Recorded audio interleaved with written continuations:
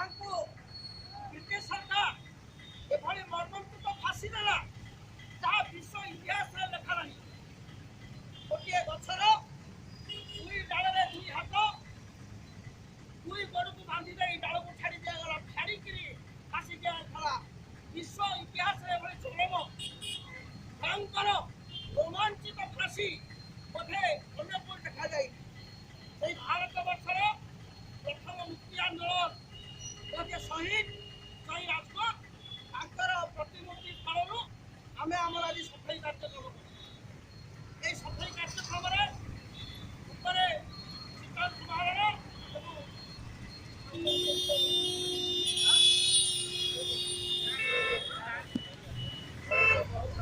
আমার সম্ভব সফাই করছেন সৌভাগ্যক্রমে আজি ওড়িশার কৃষক আন্দোলনের যে মহান কান্ডারী মহান স্বাধীনতা সংগ্রামী জনে বিপ্লবী জননেতা অবিসংবাদিত নেতা পরম সম্মাননীয় ওড়িয়া জাতির চিরবন্দনীয় মোহন দাস তাଙ୍କର ନାତି ଅନୁନାତି ସେ ଆଜି ଆମ ପାଖରେ ଅଛନ୍ତି।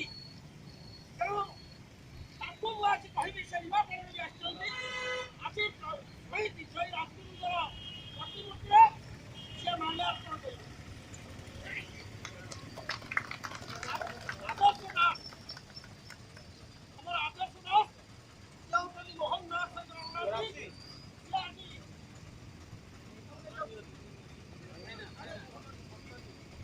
ଫଟୋ ନେଇ